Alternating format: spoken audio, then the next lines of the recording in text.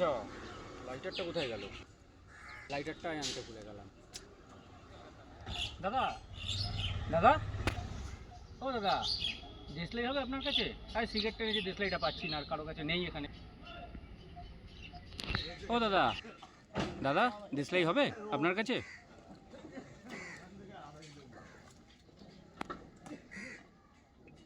Thank you.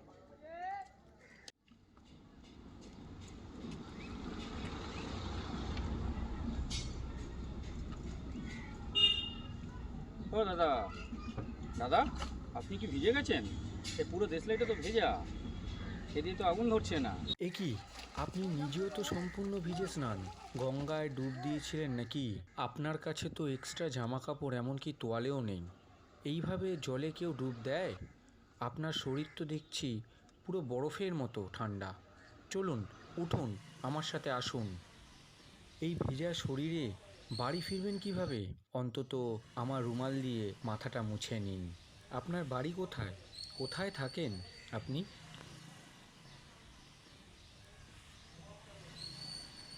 ও আচ্ছা, গঙ্গার ওপারে আপনার বাড়ি? জানেন, সেই ছোটোবেলায় মা বাবাকে হারিয়েছি। তারপর দাদু দিদার কাছে মানুষ। অনেক কষ্ট করে লেখাপড়া শিখেছিলাম, পরিশ্রমও করেছি প্রচুর। ভালো ছাত্র ছিলাম তো, সব বিষয়ে সব পরীক্ষাতে সাফল্যের সাথে উত্তীর্ণ হয়েছি। জানেন, একটা সরকারি স্কুলে শিক্ষকতার কাজ করতাম। ভালোই যাচ্ছিল দিনগুলো, চাকরিটাও ভালো ছিল। কিন্তু হঠাৎ করে একদিন চাকরিটা চলে গেল আমার। কেন জানেন?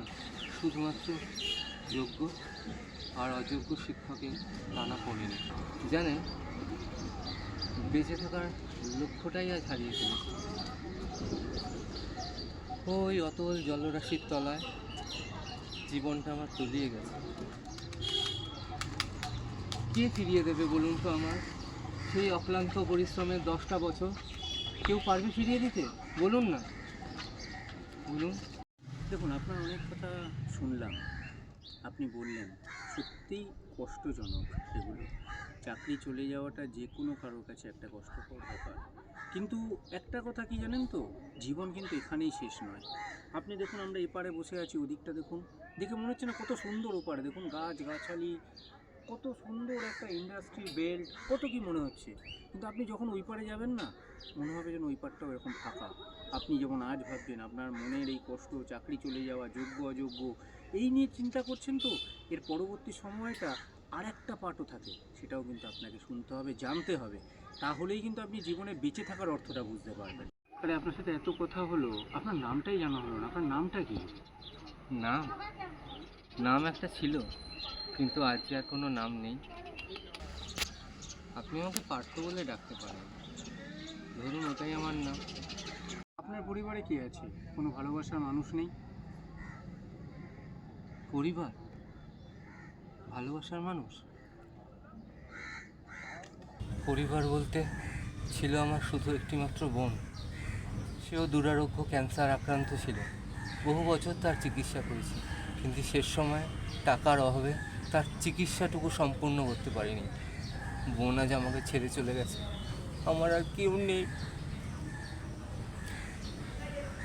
ভালোবাসার মানুষ একজন ছিল বই কি, কিন্তু আমার চাকরি চলে যাওয়ার সাথে সাথে সেও আমার জীবন থেকে বিদায় নিয়েছে।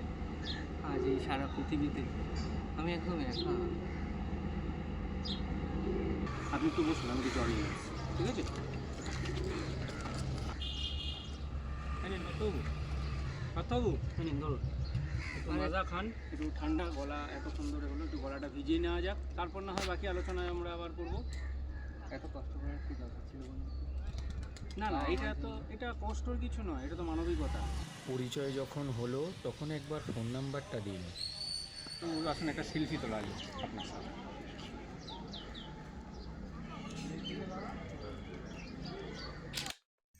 ভালো উঠেছে তো ছবিটা। চাকরিতে ব্যাংকের লোন নিয়ে একটা ফ্ল্যাটও বুক করেছিলাম, ফ্ল্যাটটা কিনেওছি। ব্যাংকের অতগুলো টাকা, এত বড় ঋণ কী করে শোধ করবো বলুন, বলতে পারি? আমি জানি না। এর কোনো উত্তর আমার কাছে আজ আর নেই। জানেন, এই চাকরি চলে যাওয়ার প্রতিবাদে মিছিল, ধর্না সব করেছি, এমনকি পুলিশের মারও খেয়েছি, কিন্তু আমি যোগ্য হওয়া সত্ত্বেও আমার চাকরিটা আমি পাইনি। দেখুন, আপনি একটা চাকরি নিয়ে আপনি চিন্তা করছেন, সরকারি চাকরি নিয়ে, এরপরও কিন্তু আরও চাকরি হয়। আপনি যেমন একজন সরকারি চাকুরে আপনি আপনার জীবনের ব্যথিত অধ্যায়টা আমাকে শোনালেন, আমি কিন্তু একটা বেসরকারি চাকুরে, আমি একজন মেডিকেল রিপ্রেজেন্টেটিভ। আপনাকে আমাদের জীবন কাহিনী একটু শোনাই। আমি বিশ্বজিৎ সাহা।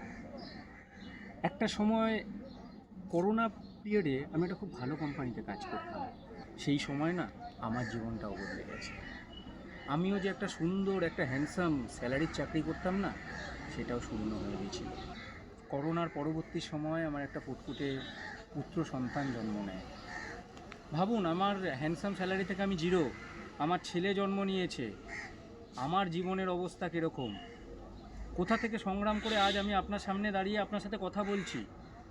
ভাবুন, আপনি তো আপনাকে নিয়ে চিন্তিত, আপনি ছাড়াও কিন্তু জগৎ আছে, সরকারি চাকরি ছাড়াও জগৎ আছে, যাদের একটা মেলে চাকরি চলে যায়, তাদের জীবনটা কী হবে? তাদেরকে নিয়ে কতজন আন্দোলন করেছে, কতজন ভেবেছে তাদেরকে নিয়ে? ওই জায়গা থেকে দাঁড়িয়ে আজ আমি আপনার সাথে দাঁড়িয়ে কথা বলছি, আমি কিন্তু আপনার মতো ভেঙে পড়িনি পার্থবাবু। ভেঙে পড়াটা জীবন নয়, যেটা হয়েছে ওটাকে মেনে নিয়ে সামনের দিকে এগিয়ে চলাটা জীবন। পার্থবাবু একটু দাঁড়ান, আমার একটা ইম্পর্টেন্ট কল, আমি একটু ফোনে কথা বলে আসছি। পার্থবাবু এই কোথায় গেল? দিদি, এখানে আমার সাথে একজন কথা বলছিল, আপনি দেখেছেন তাকে? না তো, এখানে তো কাউকে দেখিনি। এই মাত্র আমার সাথে ছিল, কথা বলছিল, কত গল্প করলাম আমরা। না, এখানে কেউ ছিল না। এই মাত্র বললাম। যা বাবা, কোথায় গেল লোকটা?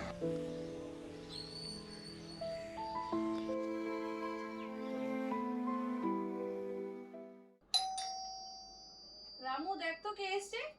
উফ, কি গরম গো আজকে, সারাটা দিন কি হেক্টিক শিডিউল। কোথায় ছিলে, এত দেরি হলো? আরে বলছি সব, দাঁড়াও। হেভি গরম, ঘরে বসে তো এসির মধ্যে বসে আছো, বাইরের অবস্থা বুঝবে কি? কি গো, মন দিয়ে তো কি পড়ছো? আরে সুপ্রিম কোর্টের রায়ে সদ্য চাকরি হারা এক ব্যক্তি আত্মহত্যার খবর পড়ছিলাম। কই দেখি। দেখো, এই তো। আরে এই ব্যক্তি, হ্যাঁ, এটা কি করে হয়? কি বলছো, ভুল খবর? এই দেখো, আর একটা পেপারে সেম খবর বেরিয়েছে, দেখো, এই তো। গতকাল গঙ্গায় তলিয়ে যাওয়া মধ্যবয়সী ব্যক্তির দেহ উদ্ধার। সূত্রের খবর অনুযায়ী ওই ব্যক্তির নাম পার্থপ্রতিম বড়ুয়া, পেশায় স্কুল শিক্ষক। সদ্য 26,000 জন স্কুল শিক্ষকের চাকরি চলে যাওয়ায় ভিকটিম উনি। মাঝগঙ্গায় নৌকো থেকে ঝাঁপ দিয়ে আত্মহত্যা করেন। পুলিশ সূত্রে জানা গেছে ওই মৃত ব্যক্তির বাড়ি মেদিনীপুরে। দূর, এটা হতেই পারে না, এটা ভুল খবর আছে এখানে। এমন বলছো কেন তুমি? আরে এখানে যে খবরটা দিয়েছে এটা কি করে সত্যি হয়? এতক্ষণ আমি গঙ্গার ঘাটে এই ভদ্রলোকের সাথেই ছিলাম, এতক্ষণ ওনার সাথে কথা বললাম, গল্প করলাম, ওনার পরিবার সম্বন্ধে জানলাম, এমনকি আমরা সেলফি পর্যন্ত তুলেছি। বিশ্বাস হচ্ছে না? দেখো, আমি ওনাকে এক্ষুনি ফোন করছি, ওনার থেকে ফোন নাম্বার পর্যন্ত নিয়ে এসেছি। কি হলো?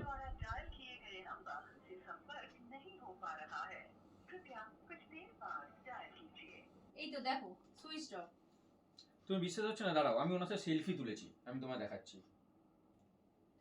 কি বাবা, আরে ওনার সাথে আমি সেলফিটা তুলেছিলাম। দেখো, আমি এই এই দেখো, আমি একটা স্লাইস খাচ্ছিলাম, উনি একটা স্লাইস খাচ্ছিল। আরে কি হলো, কি হলো, কি হলো, কি হলো, কি হলো? বিষয়বাবু, আরে উঠুন। আরে আমি যাইনি, আমি আপনার সাথেই আছি। হ্যাঁ, হয়তো সশরীরে আপনার কাছে নেই, কিন্তু আপনার মনের মধ্যে সারা জীবন থেকে গেলাম। আজ আপনার সঙ্গে আগে দেখা হলে হয়তো আজ আমি বেঁচে থাকতাম এই পৃথিবীতে। উঠুন। বিশ্বজিৎ, বিশ্বজিৎ, বিশ্বজিৎ। এবার বুঝলাম, জানো তো, ভদ্রলোকের শরীর এত বরফের মতো ঠান্ডা কেন ছিল। কিন্তু দুঃখের বিষয় একটাই, জানো তো, জীবন যুদ্ধে এত তাড়াতাড়ি হার না মানলেও পারত।